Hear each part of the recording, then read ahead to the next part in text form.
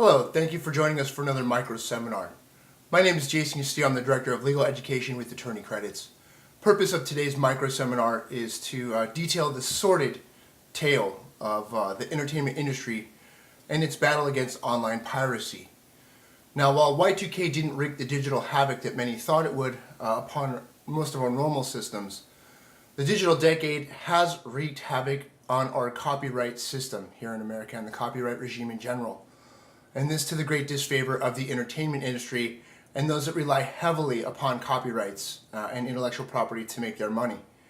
Obviously, as the technology has increased and the amount of information that can be transferred across the world has just gone through the roof, this has led people obviously to trade MP3s, music, movie files across the globe. And this has become a major problem for the entertainment industry.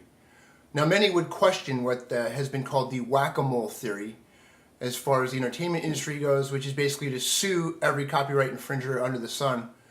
But unfortunately, like a drug dealer, as soon as you take one drug dealer off the corner, another one pops up. It's the same exact theory with our online infringers as well. As soon as you shut down one website, another one just pops up to take its place. And while the 1998 Digital Millennium Copyright Act may have been a powerful weapon in the arsenal of the entertainment industry as they look to harness digital rights management restrictions, some question this theory, whether litigation is the way to go. And indeed, just in the last few months, the last year or so, there's been some really great movement towards a complete overhaul in the copyright system and the way things are managed by these movie and music studios. So now let's start at the beginning, and that would be Napster, basically formed in 1999 by Sean Fanning, a college student.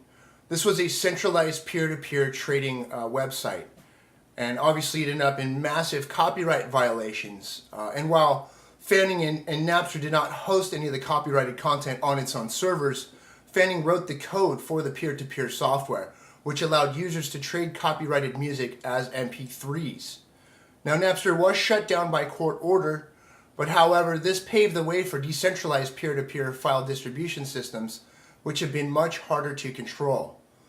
And now that was kind of the recording industry, the RIAA's main battle was Napster. And at this point in time, back in 2000, 2001, when the RIAA did shut Napster down, the MPAA, the Motion Picture Association of America, they were probably sitting back and laughing. The MPAA is basically the group, the trade industry for the movie industry, so the major motion picture studios. At that time, while MP3s were very small files and could be traded around the world, the movie files were much too large to be traded on centralized peer-to-peer systems such as these. However, the MPAA wasn't laughing for long because of a little thing known as Moore's Law. Moore's Law is basically the simple principle that technology doubles every 18 months, and that's because you can fit twice as much information on a semi-processor. So as we've progressed through this digital millennium and the computing power and processing speeds only gotten faster and faster, these large movie files obviously have been able to be transferred just like music files. So let's fast forward ahead to 2005, and that would be the seminal case MGM versus Grokster. Again, this was peer-to-peer software. Grokster was a website, and basically their software was used to commit copyright infringement. So you'd go to this Grokster website, download their software, and then you could go ahead and download basically illegally traded and copyrighted music and files, movie files, take that back. So now the MPAA claimed that Grokster gave people the tools to break the law. Grokster countered with the classic time-shifting defense, that they had no liability even if their products were used for infringing uses. This is known as the time-shifting defense and was made famous by the Sony Betamax case in 1985, which allowed the VCR makers to take off. Well, the Supreme Court felt differently and didn't feel that this Grokster website should enjoy the same protection from liability as the VCR makers did. So the Supreme Court sort of carved out, not an exception, but basically the way they differentiated a website like Grokster from VCR makers 25 years ago was the fact that Grokster actively encouraged illegal piracy and copyright infringement. And so therefore, Grokster could not be afforded the same protections as the VCR makers in the Sony Betamax because they actively encouraged this copyright violation, unlike a VCR maker whose product was passively used to commit copyright infringement. So this Grokster, armed with the Digital Millennium copyright, served to be powerful weapons in the arsenal of the entertainment industry.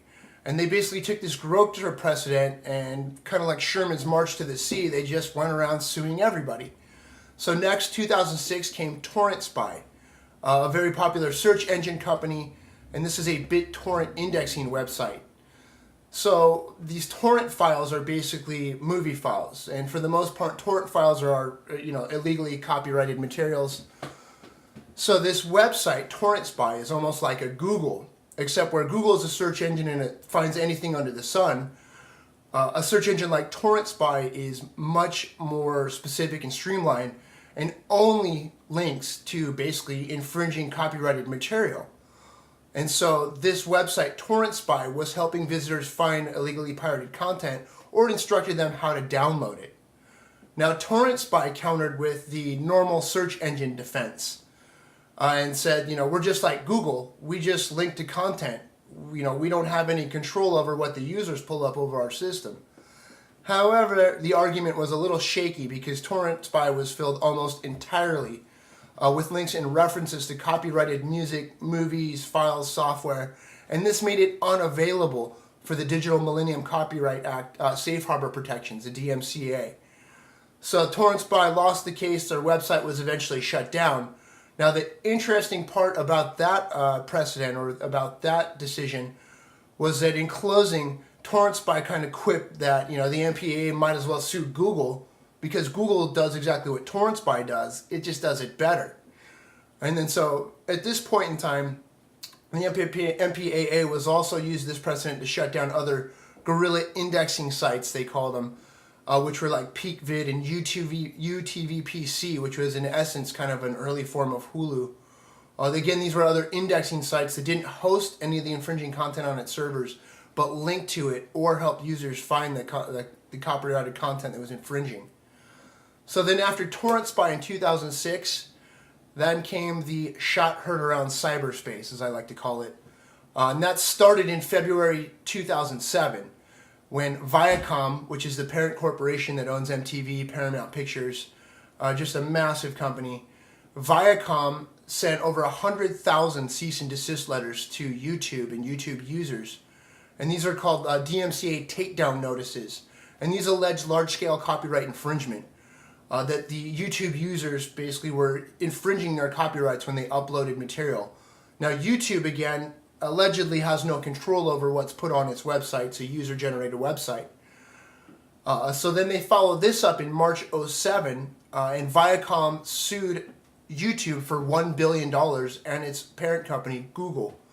And they accused the video sharing website of encouraging copyright violations and profiting when users uploaded unauthorized TV and movie clips. So in essence, they are saying that YouTube was seriously dragging their feet at taking this infringing content off when they knew about it. Because when people were uploading this infringing content onto the site, they were getting huge hits from all of these leaked movies or different clips from TV shows. So they're watching their revenue skyrocket while infringing content is being hosted on their website. So now this is a case that's definitely going to test the safe harbor provisions of the DMCA, which is what many search engines try to hide behind. They say we're merely a search engine. We cannot be held responsible